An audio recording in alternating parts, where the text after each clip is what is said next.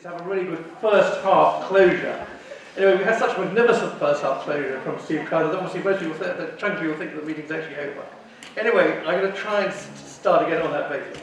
First of all, I've had the honour to represent the southwest of England and Gibraltar for the last 7 years, having been elected in 2009 and then re-elected in 2014, thanks to the support of so many people, including some people who I know personally and have seen here. Thank you very much for coming.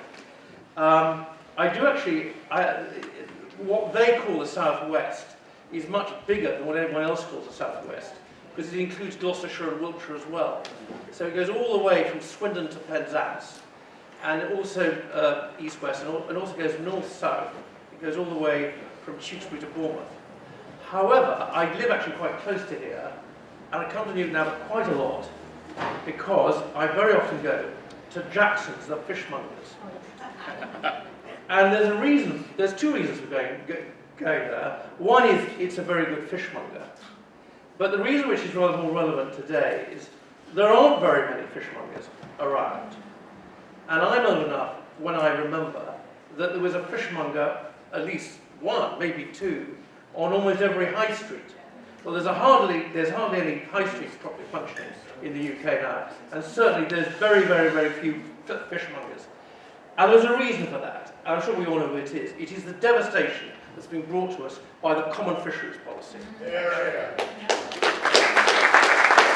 And I wish that more people would mention it, and I wish that Vote Lee would mention it a bit more.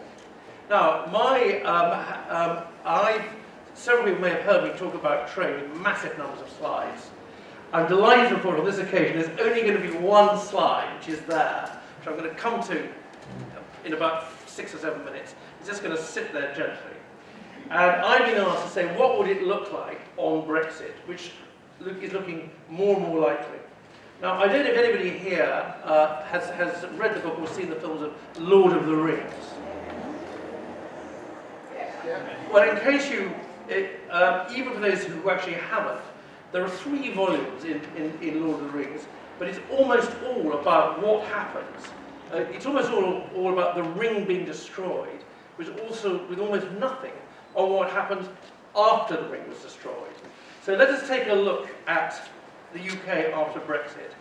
Let us take a look at those, what some people call the leap in the dark, but which I prefer to regard as sunlit uploads. First of all, on Brexit, we will have got our democracy back. The only people making our laws would be people we voted for. Our laws and regulations will come from Parliament, from elected MPs who form the government, and not unelected bureaucrats in Brussels. We will have regained our voice at the World Trade Organization, the United Nations, the G7, the G20, and a whole host of other international organizations where our voice has been muted, rendered almost dumb, particularly in the case of the World Trade Organization, which I cover as one of 28 member states of the European Union. We will be able to sign trade agreements in our own right. The majority of our exports, as Anne-Marie said, now go to countries outside the EU, and we will have got back, repatriated the powers to negotiate those trade agreements from the EU. Under under the rules of the World Trade Organization, the UK will get low tariffs on most of its exports, including to the EU, just as, for example, China, the United States, India, Brazil, and Australia, and all those, and many, many other countries do when they trade with the EU today. On Brexit, we will have re-established supremacy of our own law. At the moment, our law ranks below European Union law. And as I mentioned earlier on, we will have got back our own waters. And it is a fact, our waters, or what should be our waters, account for more than 2/3 of what the European Union calls its waters. Our fishermen will be allowed to fish, and once again, we will be able to buy fish in quantity and at good prices in our own high streets. Our commerce will no longer suffer unnecessary interference and job-destroying regulations, and no longer will waves of mostly unskilled immigrants have the absolute right to come and live in our country, whether or not it is our economic and national interest. Immigration will be via an Australian-style point system, and this is something we simply cannot do at the moment. We could, on VAT, we could reduce and reform or even abolish VAT and charge it on what we like. In any case, there will no longer be a tithe of VAT paid to Brussels, which is what happens at the moment. All customs duties will go to our treasury. On regional aid, which is important for people living in Cornwall, and indeed other parts of the southwest, we can pay where we like, for what we like, and to who we like, with no EU strings attached. And to start off with, no more EU subsidies to the BBC.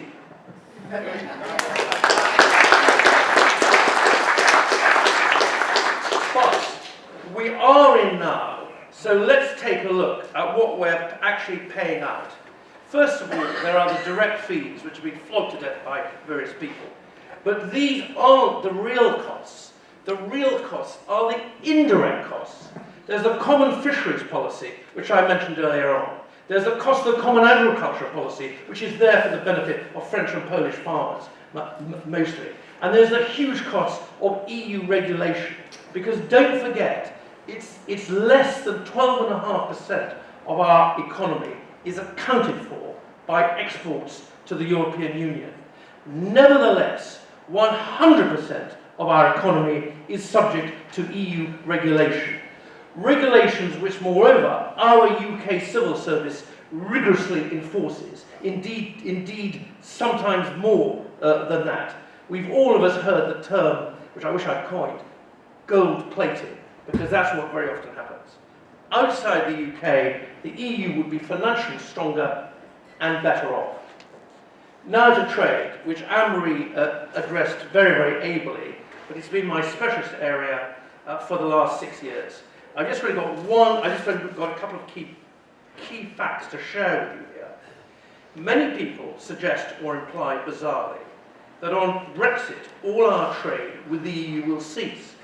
Now, I don't know if anybody here has been watching these European Union debates. The one I have in mind is the ITV debate between the Prime Minister and Nigel Farage. Did anyone watch that? Yes. Well, I watched that because Nigel Farage is my boss, and actually, the Prime Minister is the Prime Minister and is the British head of government. And in that, in his closing comment, and I just checked it this morning, he actually said, I worry if we leave that what that is going to do to our economy, because we will lose access to the market that we now have. That's what the Prime Minister actually said. So the Prime Minister is telling us that a country that is outside the European Union has no access to the European Union markets. Now, I always emulate Steve Crowther, who's my other boss as chairman of UKIP. And I wonder here, has anyone here seen on sale Australian wine? Has anyone here ever bought Australian wine? Well, I actually passed by in Newton Abbot High Street today, which I'm glad to see is still functional, and I bought here a bottle of Hardy's Australian wine. And I didn't buy it at somewhere exotic like Tesco. I actually bought it at the Circle convenience store, which is just opposite here. Now, interestingly enough, that Australian wine was fully competitive, which is a pompous way of saying cheaper, than the Spanish wine that was also for sale there. And there's a reason for that. It's because Australian wine does pay a tariff to be exported or imported from our point of view into the European Union, and the tariff is 3.5%, and that's what it is. So the fact of the matter is, I think it'd be interesting if somebody could ask the Prime Minister what exactly he meant by what he was telling us. The fact of the matter is that every country has access in those terms to the single market. China exports more goods to the European Union than we do in the UK, to the tune of 1.5 times. China has access to the EU markets, and as does Australia. And Australia and China, Mr. Cameron, are not members of the European Union. Now, the fact is that if you look at the value of the trade with the top 20 non-EU countries trading to the EU in 2015, it came to an incredible 2,710 billion euros in 2015. Now, to illustrate what the sheer size of it is of that number, by the way, that's exports plus imports, this is more than the entire economy of France, more than the entire economy of us here in the UK, and it's even more than Tony Blair and Cherry Blair got paid last year.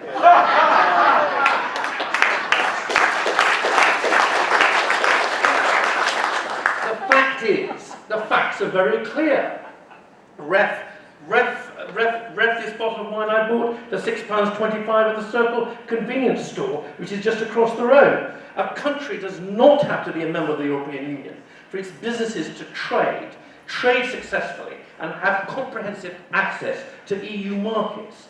And further to that, and this is in fact that's a bit esoteric, a country doesn't even need to have a trade agreement with the EU to trade with the EU.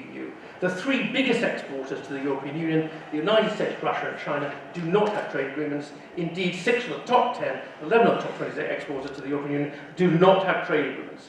On Brexit, the trade will continue and the jobs will all continue. However, there is an exception to that. There is one category of persons who will lose their jobs on Brexit, and that is members of the European Parliament such as myself.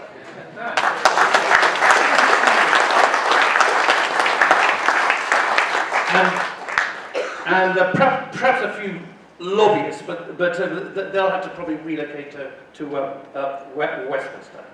Now, let me go on to my next point and range of facts, which is not mentioned very much, which is what are the economic prospects for the European Union and the Eurozone.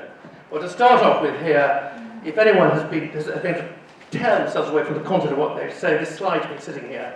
And these are the unemployment rates for the UK compared with 4 big Eurozone countries, Greece, Spain, Portugal and Italy.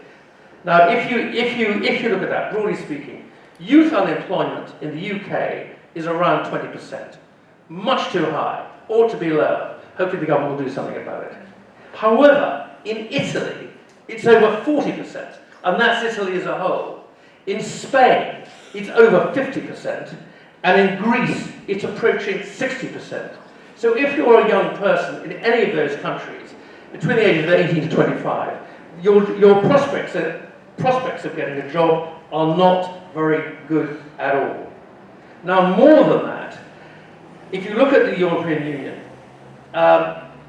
since we joined, when we joined, the share of the European Union's share of world output was about 30%.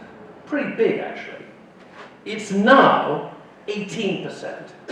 And on current projections, by 2039, it will be well less than 10%. And the prognostications don't look very good. If you don't mind a slightly detailed fact, something happened at the end of March 31st, 2016, in terms of European Union output.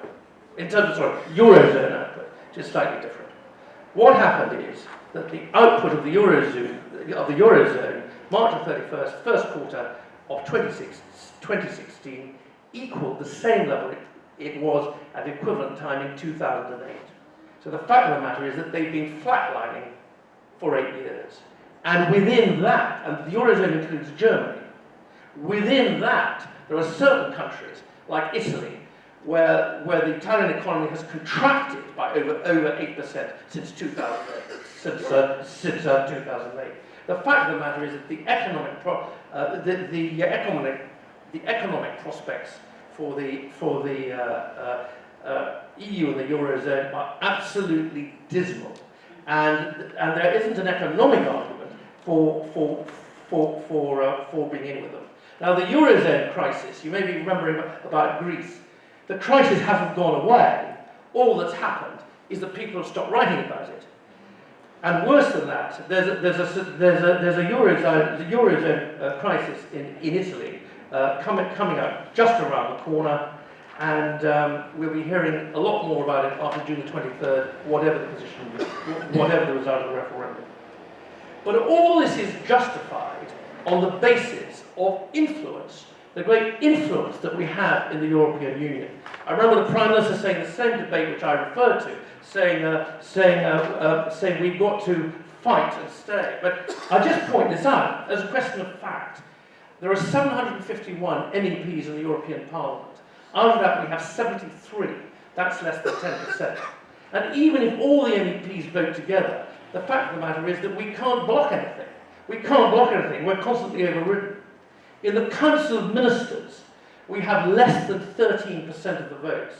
And most important of all, in the Commission, we have just 1 of 28 commissioners. In Mrs. Thatcher's day, it was 2 out of 13. A very, very different proposition at all. And the fact of the matter is that if you look at the Prime Minister's so-called renegotiation, which even he stopped talking about, by the way, the Prime Minister, with a referendum in the offing, that was his maximum moment of influence, his maximum moment of what Americans call leverage. And he came away with that renegotiation with, and it's not my phrase, I wish I'd made it, 2/3 of tiddly squat. The fact of the matter is, the chant of influence has absolutely no basis in reality. We have no proper influence in the European Union, and we never ever will have, and certainly not if we vote to remain.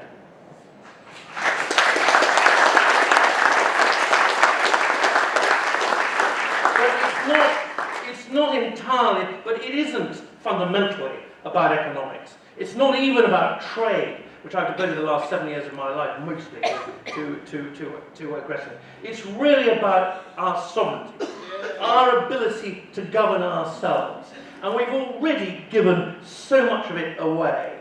And already there is a European Union flag, a European Union Parliament, a European Union national anthem, a European Union diplomatic service, which has got 139 embassies or equivalent all over the world, an EU Supreme Court, perhaps the most worrying of all, and our passports have become European Union passports, if you take a look at yours. And the worst is yet to come. In their terms, that the European Commission has been on best behaviour before the referendum. And already it's clear that we're going to have an EU army. And that's not me saying it. These were leaked documents published on the front page of the Times, which is a heavily pro-EU newspaper. And that leaves aside such pinpricks, but it's going to be a pain in real life on vacuum cleaners and kettles. Now that's not the only reason why Sir James Dyson, our really distinguished inventor and entrepreneur, who's incidentally based in the southwest in and near Bath, has come out in favour of Brexit. But I suspect it's had an awful lot to do with it, because he sees how the European Union can adversely affect his business and us as consumers, and practically there's nothing very much that can be done about it. So the fact of the matter is, if we vote to remain in, we will be headed full tilt to be a mere province in a protectionist European superstate.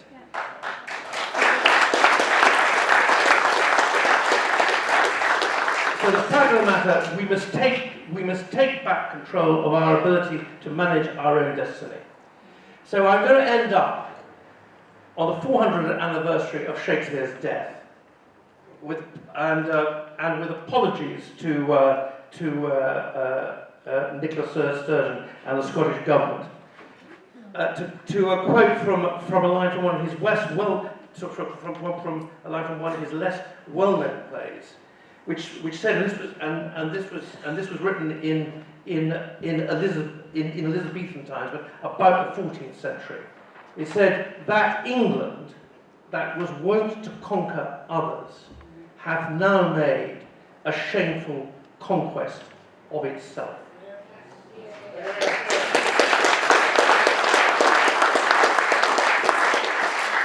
What we stand for in Vote Leave is a country that is self-confident, outward-looking, self-governing. So let June the 23rd be our Independence Day. Thank you very much.